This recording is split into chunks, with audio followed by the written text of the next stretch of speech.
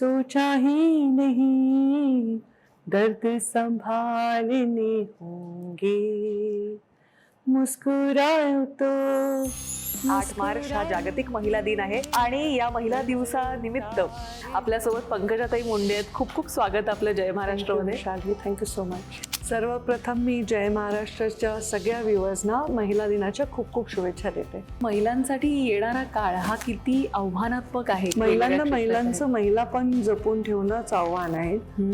कारण तीच त्यांची शक्ती आहे आणि ती हरवत जाणारे पिढ्यान पिढ्या दिसते मला. तर त्यांना ते कळत नाही आहे. त्यांना इनोसंट आहेत नवीन जनरेशन. तर ते एक मोठं आव्हान आहे. पहिले पुरुषी वर्चस्व असलेलं हे राजकारण जे आहे, इथं आजही महिलांना आव्हानात्मक स्थिती असं वाटतं.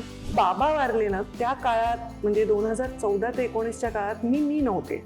मला असं वाटलं की मी खूप जास्त अग्रेसिव्ह रोलमध्ये होते, कारण मला एका अत्यंत प्रभावशाली नेत्याच्या वारसाच्या त्या रूपात लोक बघत होते. मला बाबांच्या शूजमध्ये फिट व्हायचं होतं किंवा बाबांच्या अटायरमध्ये फिट व्हायचं होतं. त्यामुळे मी तेव्हाची जर तुम्ही पाहिली तर एकदम अग्रेसिव्ह आणि हे, कारण मी मुलगी आहे आणि मी या सगळ्यांचं नेतृत्व करू शकते. आणि मग नंतर मी जेव्हा मध्ये जो फेज आला माझ्या लाईफमध्ये की मी शांत होते आणि राष्ट्रीय राजकारणात होते, त्याच्यात परत मला सापडले. आणि तुम्ही जर आत्ताची माझी हे बघितली फेज तर तुम्हाला दिसेल की अरे मला सगळे म्हणतात तुम्ही खूप शांत झाल्या, तुम्ही खूप सौम्य झाला. ही मीच आहे. ती मी नव्हते, ते मुंडे साहेब होते. मुंडे साहेब अग्रेसिव्ह लीडर होते. आधीची मी असे तर मला पशुसंवर्धन नाही आवडलं, मी काय करू, मला जमेल का नाही. आता मी तशी नाही. चलो मी पशुसंवर्धन आवडण्यासारखं करेन. वा.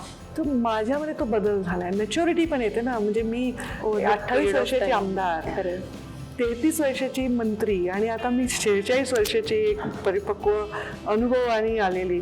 हा बदलच असणार. एखादं असं गाणं की जे असं स्मरणात आहे किंवा मुंडेजी कायम घरी गुणगुणायचे किंवा कधी गाडीमध्ये लागायचं बाहेर जाताना, दर्द संभालने होंगे, मुस्कुराओ तो मुस्कुराने के कर्ज उतारने होंगे, मुस्कुराऊं जो कभी तो लगता है जैसे होठों पे कर्ज रखा है, तुझसे नाराज नहीं जिंदगी, हैरान हूँ मैं, ओ हैरान